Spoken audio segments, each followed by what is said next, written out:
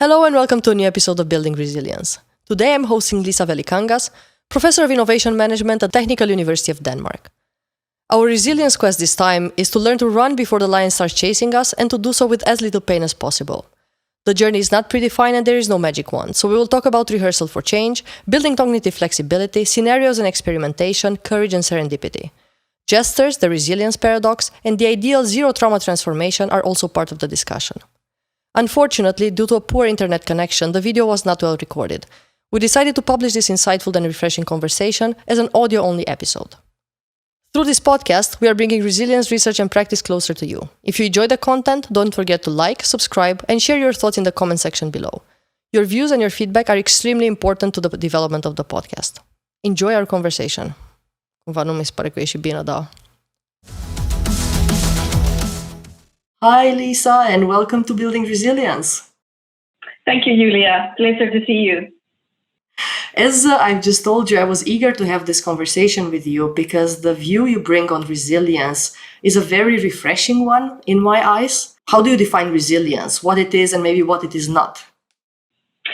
Sure, thank you. And thanks for saying that it is fresh to you. I appreciate that. So I've been working on resilience for quite a long time. The Harvard Business Review article that was published in 2003 was, of course, something that a lot of people read, but then I think people kind of forgot about resilience.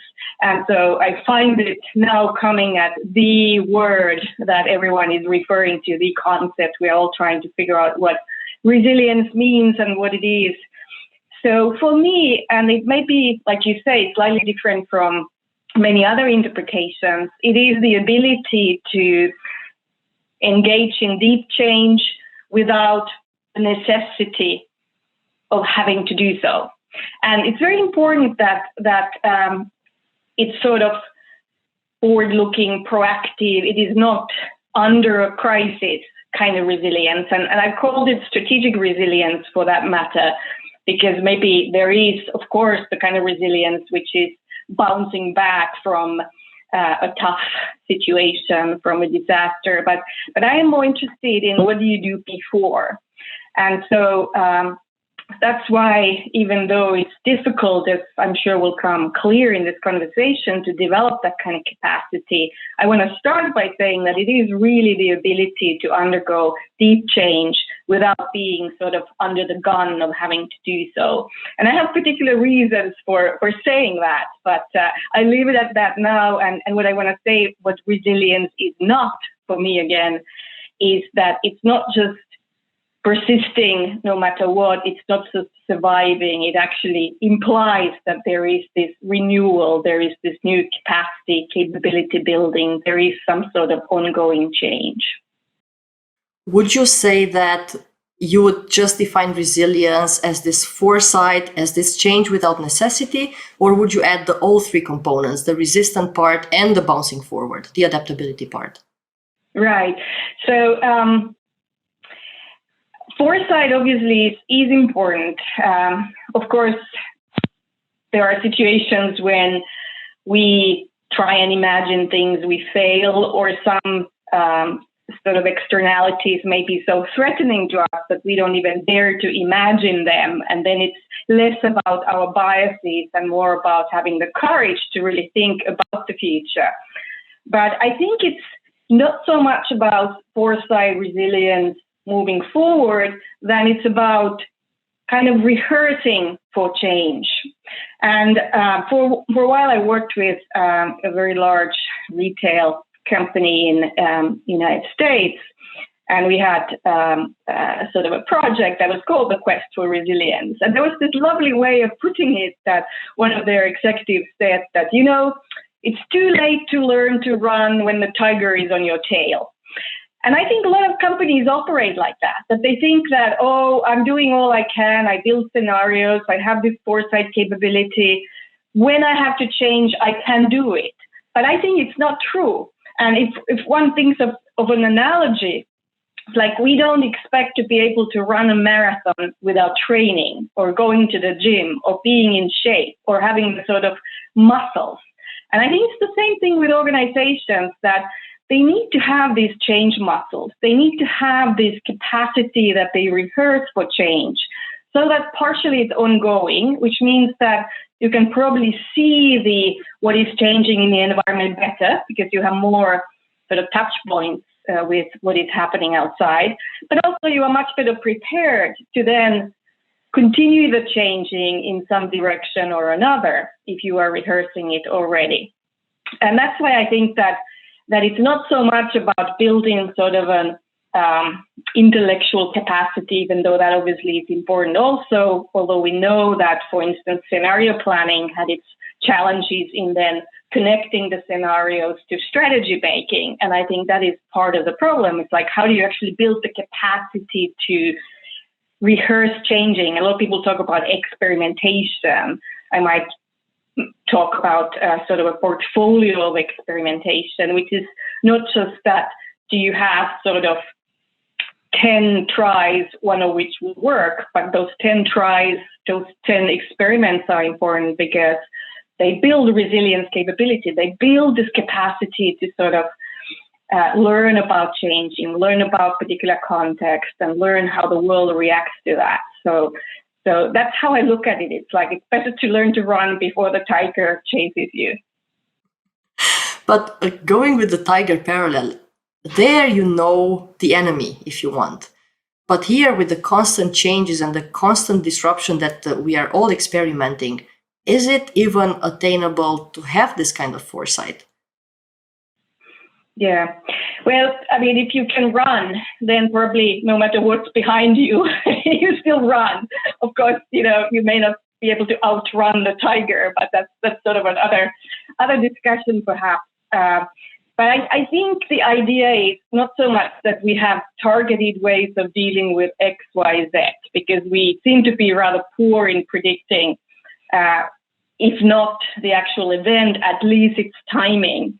And therefore, I kind of go back to this thing that the best we can do is to build this rehearsal, build the capacity for an ongoing change so that by the time we realize that this is happening, we already have a lot of learnings in that area. We already perhaps have some options. We have built some stepping stones. We have some capabilities. We have some networks of people who may be connected to this phenomenon. And so there is no kind of silver bullet or perfect solution to this, because, I mean, it wouldn't be resilience and it wouldn't be strategic resilience if there would be X, Y, Z we could do, or A, B, C we could do, and then be ready. I think the reason why it is resilience is precisely because the world always surprises us. And so then it sort of depends how we relate to this surprise. So how we been thinking about how to see better and see the surprises earlier, how we been rehearsing on how to respond to surprises, how we turn threats into opportunities. All these kinds of things are capabilities that organizations can sort of think about. I mean, there can be kind of cognitive flexibility. So is my mind open? Do I look beyond my narrow marketplace? Am I challenging myself with things that I really disagree with? Do I have a portfolio of experiments that I can build on very quickly that I can sort of learn from? And do I have some sort of way of allocating or perhaps attracting resources behind sort of emergent ventures or kind of experiments that need a lot more learning? And how quickly can I do this? I mean, moving from the sort of noticing something to having resources behind it, does it take me and my organization 5 years, which was, by the way, the average that executives mentioned before COVID crisis, or can I do it continuously every month, every week, and certainly faster than my competitor?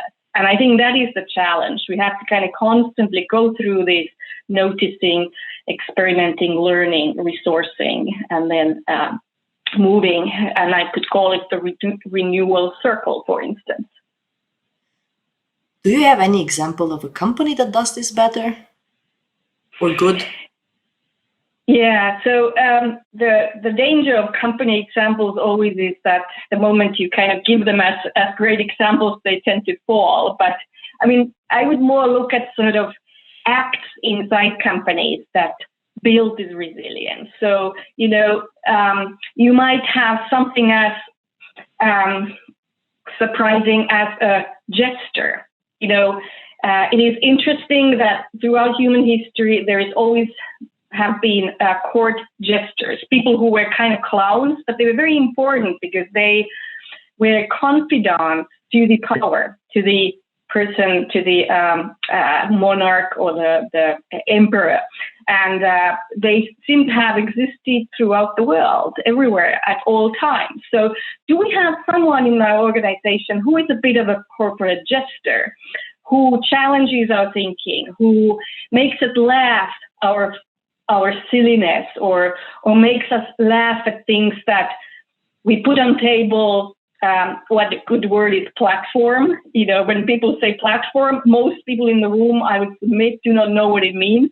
And if you ask, people kind of realize that, oh my, you know, we don't actually know what we mean by this platform, for instance.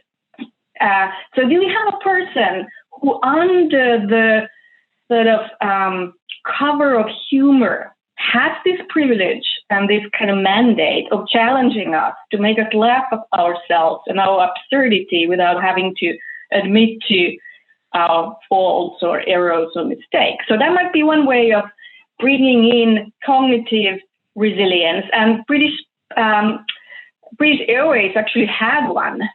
His name was Paul Birch, long time ago, and he was a corporate jester. And I know there exist others. Google had one for a while, and so on.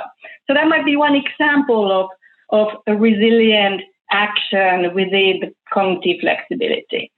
In terms of experimentation, so what I always recommend is really trying to collect all the innovative experiments that there are in the organization in one place.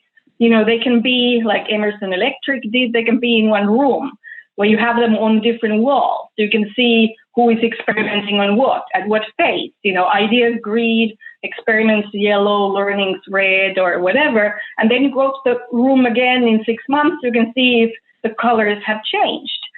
It can be on the internet, of course, or intranet. It can easily be some other technology. But the point is that it's good to understand what all is being experimented on so that we can learn from it, we can exchange learnings, we can kind of accumulate, and also see if we are very lean on the experiment. So in terms of resourcing, an example of there that I like quite a bit is to think about resourcing, not just kind of budgeting and capital allocation or human resources as in particular projects, but thinking about new ways of resourcing. Can we attract resources? Kind of, you know, open innovation is something that people have talked about for a long time.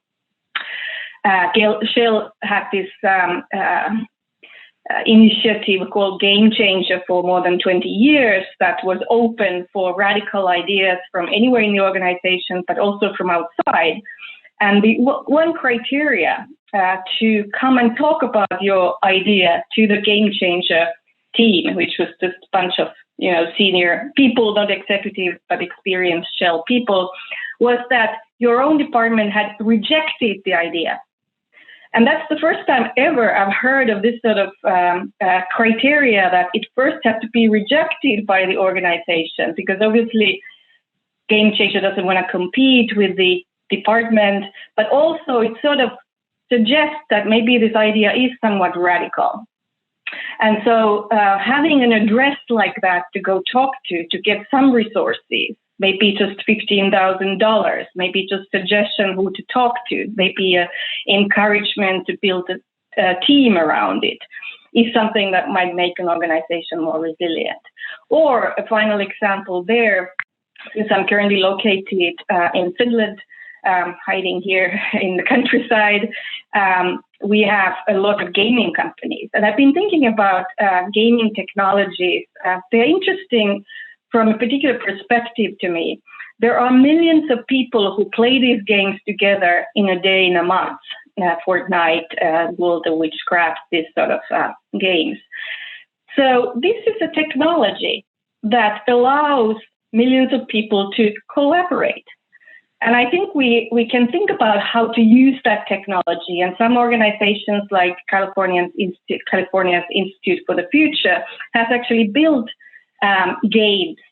One of them was a while ago called Superstruct, where people participated from all over the world, thinking about how to extend humanity's time on Earth because we were facing 7 super threats. And so beyond kind of these exciting narratives, or perhaps how to eliminate poverty, which was with Rockefeller Institute. So they use the kind of gaming ideas to attract resources to solve problems that are important to humanity. Kaggle, which was a website and an organization that Google later bought, had 500,000 data scientists ready to compete in solving most complex data science problems presented to them. So I understand that this was something to be proud of in Silicon Valley. You know, what is your Kaggle ranking rather than where is your computer science degree from? So that's also a way to kind of invite organizations to ask, how can I make my most complex problems attractive to some of the world's smartest data scientists to tackle? And so that's something that kind of expands our thinking about resourcing in the direction that might bring some sort of resilience through that third step from cognitive strategic to resourcing. And Liisa, tell me a bit, you talk about zero trauma transformation. Everything that I have experienced so far in transformation, whichever organization I worked with, it was anything but non-traumatic. It usually is very traumatic. From restructuring people to changing processes, changing systems. It's hard to change, it's hard to adapt. Projects are always not on time. There are resources that need to be managed and there are never enough of them. There's not enough time. Priorities are overlapping. How can we see this zero trauma transformation, which seems like the utopic kind of transformation? Yeah. I mean, obviously, that was an ambition. That was a target rather than a reality. I mean, this article in Harvard Business Review that launched the concept of zero trauma transition or renewal kind of stated that we look around and that deep change seems to only happen under crisis, meaning that there is a lot of financial loss, there's a lot of human suffering. And so we thought there has to be a better way. At least we should have a higher ambition. And that's where the zero trauma came from.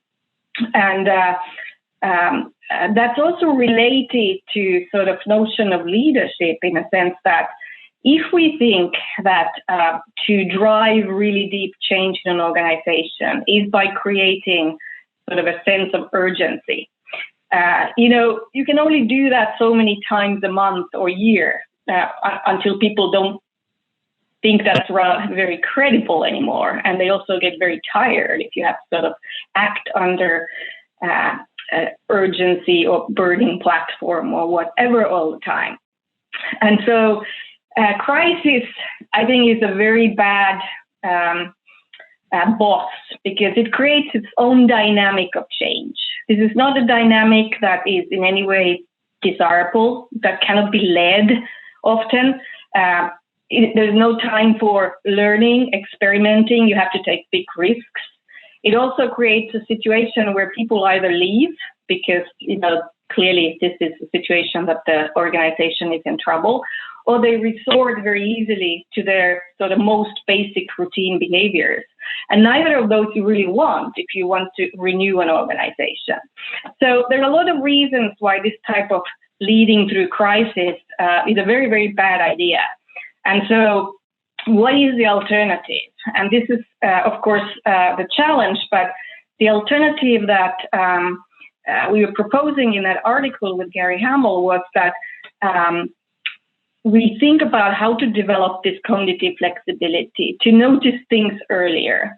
to notice different things, to challenge ourselves. And the Jester is one idea that I've come up with since, but there are many others, of course. Developing a portfolio of experimentation, to have strategy options, something that many scholars have suggested for quite some time, because that allows us more base on which to then quickly build things. And resourcing, finally, is obviously something that is always an issue. And you can do this, of course, better or worse. You can find your own particular idiosyncratic or fitting ways of building flexibility and options.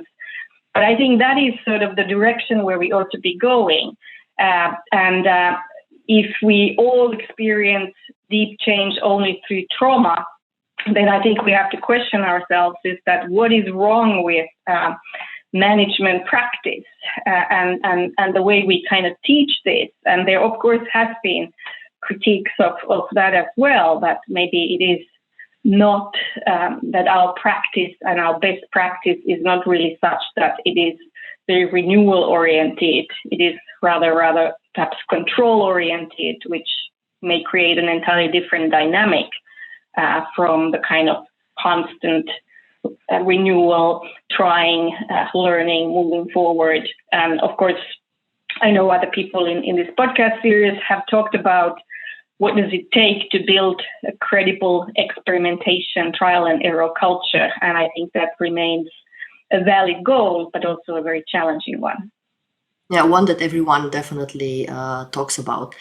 You were talking about being tired, right? And this led me, because I was thinking you were talking about the paradox, the resilience paradox, right? And the better we get at being resilient, the less we are willing to invest in resilience. Is it because we get tired? Is it because we get bored of doing the same thing and investing in the same thing? Or is it arrogance? Is it complacency? Why does this happen? Yes. There are all the usual suspects, right? So when things go well, we tend to be very happy and continue and be complacent. I remember talking to a CEO of a very successful global company, and he said, one of our challenges in a company like ours is how do we maintain our drive because we are so successful. So in this large global retailer based in the US, we actually, together with the people working there who really were in the forefront of this, they built something called Resilience Deficiency Syndrome Hospital, short for Resilience Hospital.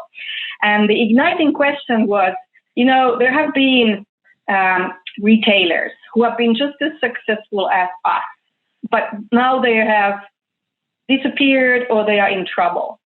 What makes us different? And the Resilience Hospital was sort of a place where you would put names of these companies in little beds, have an X-ray analysis of what resilience deficiency syndrome they were suffering. And then a lot of employees, the whole board, the executive team came with white doctor's coats and started looking and had a conversation afterwards, like, how are we different? All these guys were just as good as we were, and yet they are now in the Resilience Hospital. So there is this kind of need to really shake people thinking about that, because when you're very successful, we know from a lot of research in myopia that it's very easy to kind of, as Jim March from Stanford used to say, improve yourself into obsolescence.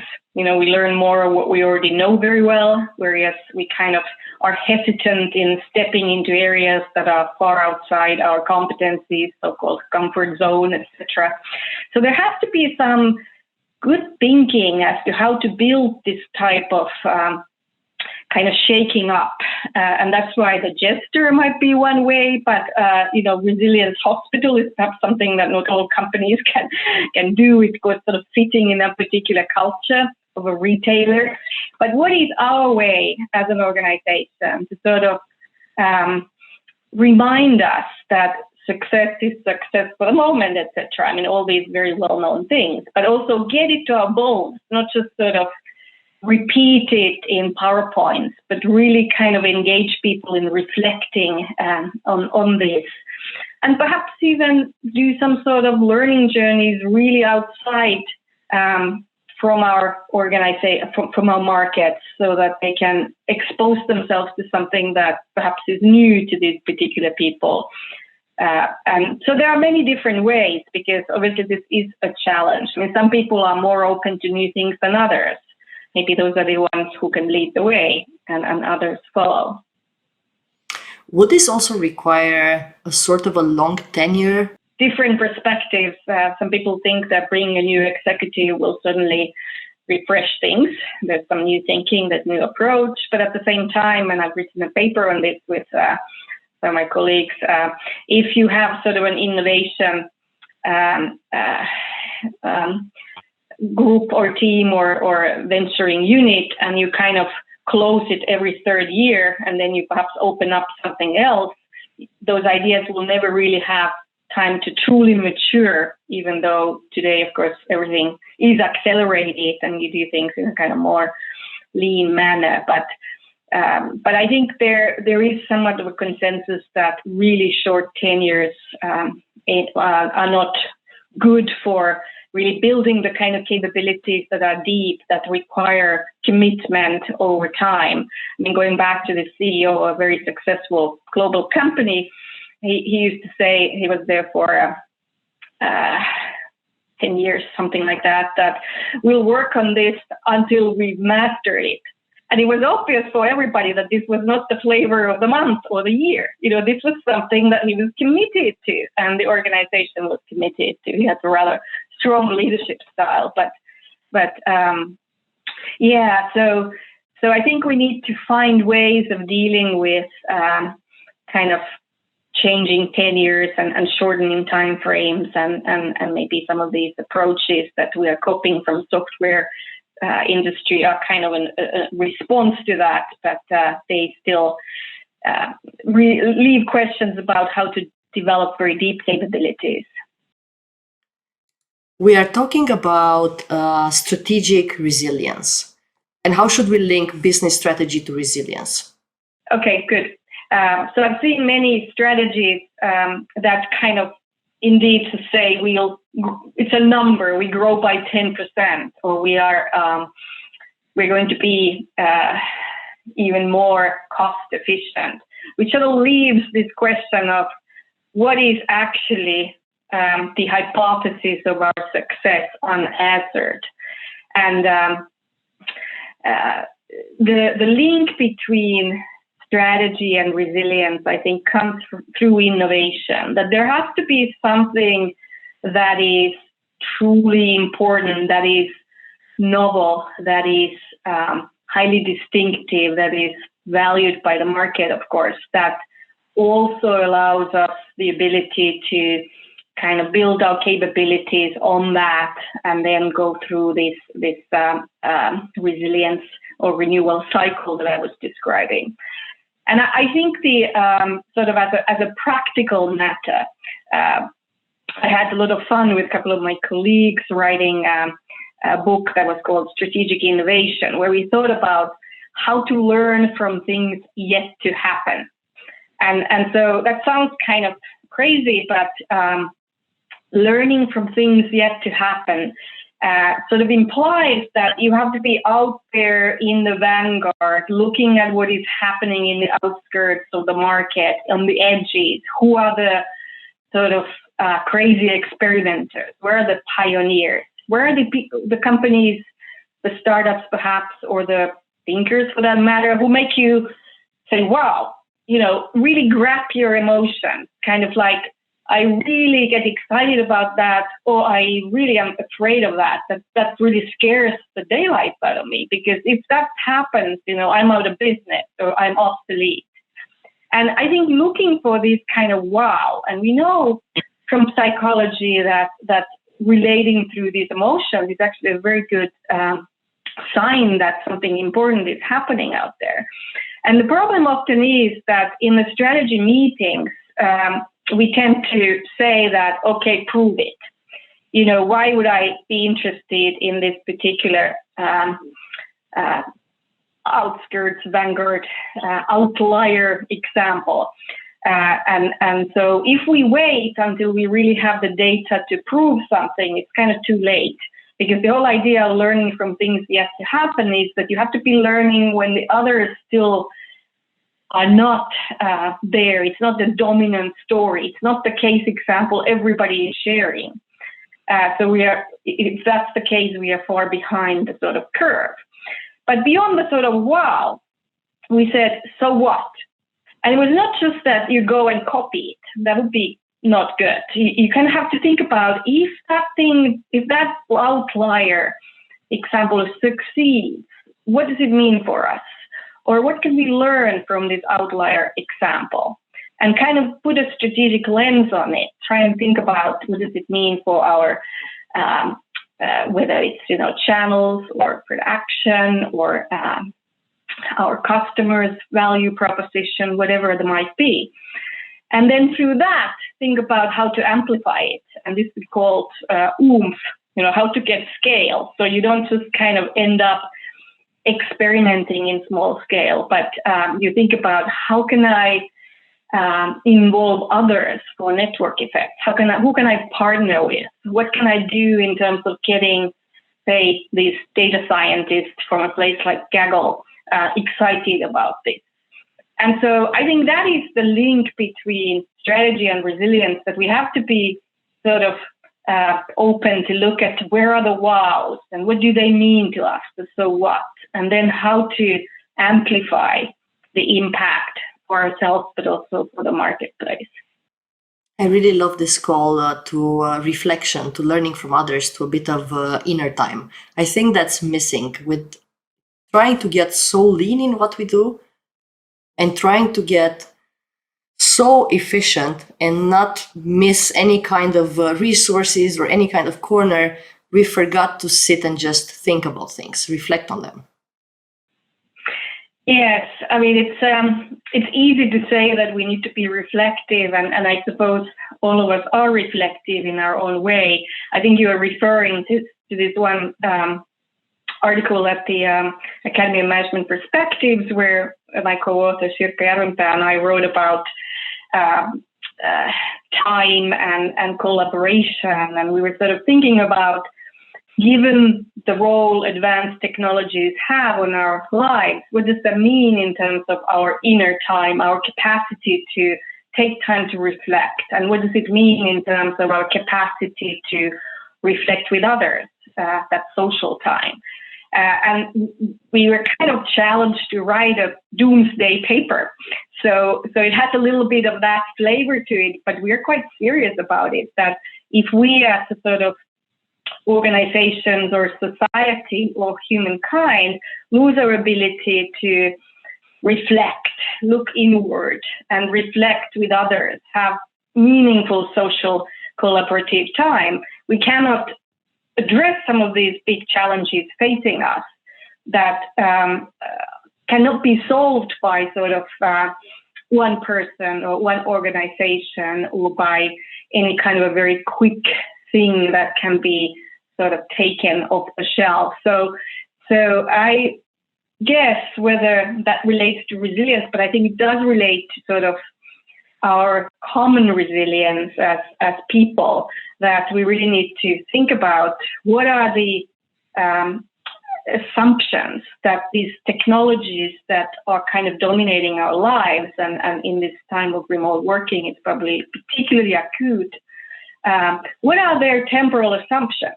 What do they assume in terms of, can I determine how much time I spend on particular activities? There's some studies by Judy Weichmann which sort of tell quite forcefully that, for instance, online calendaring tends to have an impact on people's work life, that everything has to happen in half an hour increments.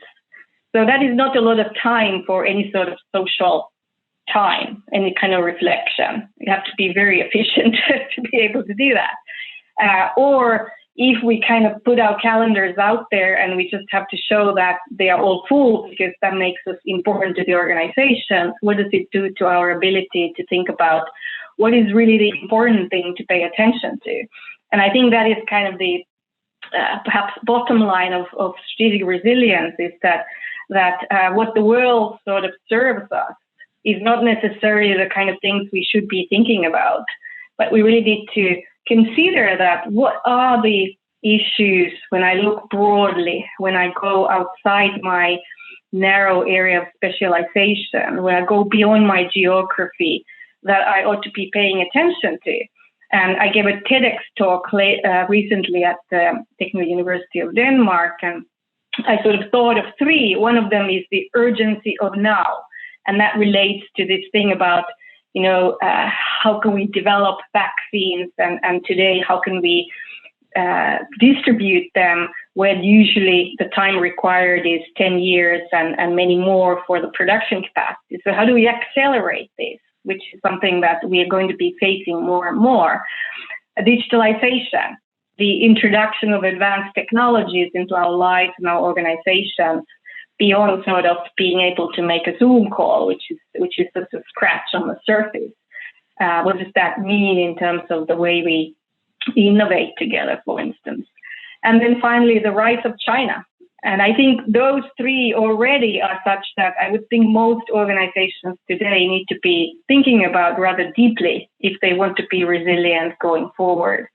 And these may not be things that come in your inbox or in Slack conversation. They may or may not, but they require truly inner and social time and collaborative capability, because we cannot manage on our own. We need much larger architectures of collaboration to tackle some of these.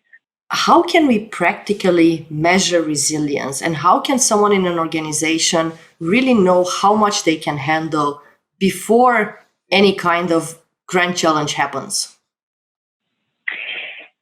Yeah, so the measurement question is always of great interest to sort of managers, and I have kind of a mixed feelings about it, because I would submit that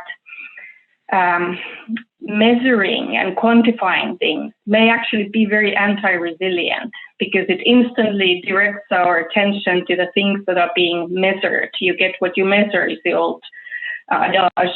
And so that kind of develops these soft areas that are likely to be the ones that we are not paying attention to. And so I think it's partially an easy way out. And I think the challenge is that all the important things are much harder to quantify than the less important things. And that is how kind of resilience particularly is, that of course we might make an effort in thinking about how much new things have we brought into our strategy discussion, what new capabilities we have developed, how we actually refreshed our strategy. Is it truly strategic? But again, those things are not really measures. They are more like contributions or kind of assessments, if you will. And I would rather go with this kind of assessment and maybe conversation around these issues than sort of doing a set of metrics and putting numbers or checking boxes, because I think that's highly anti-resilient in itself. And there is some support in the sociology of quantification that actually does affect our organizations in ways that may not be very desirable in this regard. And whether we know if we are resilient or not, it's a bit like, this famous term slack. You only know if you had slack afterwards. But again, it may be so in the end, but I think it does not lift the responsibility on us to try be as resilient as possible. Because, there are some very concrete things you can do. And I hope I managed to give some examples under the cognitive and strategic and resourcing areas. And so we can think about, do we have anything in place that helps us be cognitively open-minded? Or how broad is our portfolio of experimentation? Or are we resourcing our thinking so that it is innovative, that we are tapping sources outside or using some new technologies perhaps for that particular end, like game platforms. So all those give us some indication. But of course, in the end, we don't know. And it's also true that everything fails eventually. And, maybe there are some soya companies in Japan that are 1,000 years old, in addition to some religious organizations. But mostly companies fail. And while I think it's a good and sort of a necessity, or almost like an imperative of senior management and all of us in organizations and as members of society, to try and develop a capacity for change at the low cost without trauma. I think we also have to admit that everything fails eventually, and it may be a good thing too, because not surviving will give room for something new eventually, and there's some suggestion that it actually makes sense for organizations to pursue particular paths, try and learn as much as they can from that, and then sort of spread the knowledge in the marketplace for others to pick up and combine, which is a slightly different sort of philosophical view on this. But I think these things coexist in some way. Any words of wisdom for leaders out there who are trying to act before any kind of adversity is happening? Yeah, I think one thing that we haven't talked about, that I often talk about when I talk about resilience, is courage. Because to be truly resilient, to think differently, to sort of challenge the dominant thinking, or to do an experiment that is very radical, or even use kind of resourcing that is unusual, it requires courage. And I think one way to start a conversation around this is to ask members of your team, for instance, and these are questions posed by Monica Warline in one of her publications, is tell me about a situation where someone in your organization showed courage. And then what happened then? And then a very important question, why was that courage? Because that would suggest something about what courage, first of all, do people exhibit courage, which I think is necessary for organizations to be strategically resilient? And then it would suggest something about what the nature of that courage is. Because if you have an organization that is very anarchic, being an anarchist is not very courageous, then it would be courageous to impose rules. But if you have an organization, and this is perhaps more like the situation with larger companies, which is very sort of orderly, has a lot of rules, then breaking a couple of rules that don't make any sense every day is courageous, and it's almost like something that is required from you. This is something that James Scott, who is an anthropologist at Yale, I think, he was sort of suggesting that break 2 silly rules every day. And I think that also is something that is almost like a citizen responsibility. It's like if we follow these rules that make our life difficult or don't make any sense or even are counterproductive, we are enforcing them, we are strengthening them. But if we break them, we can sort of weaken them maybe a little bit, and at least start a conversation as to why these sort of rules or perhaps routines exist. So I would have a conversation around courage in addition to thinking about what is it that we do in our organization that brings cognitive, strategic, and resourcing resilience. One last question, Liisa. Luck. How does luck play into resilience? Well, you can say that luck plays into everything in life. And some people use the word serendipity, which is a one fantastic, lovely word. Of course, you have to be lucky too, but then you also have to be in a position to take advantage of this luck. So there's a beautiful book. Robert Merton, the late sociologist, was one of the authors, and Eleanor Barber. Adventures of Serendipity, I believe it was called.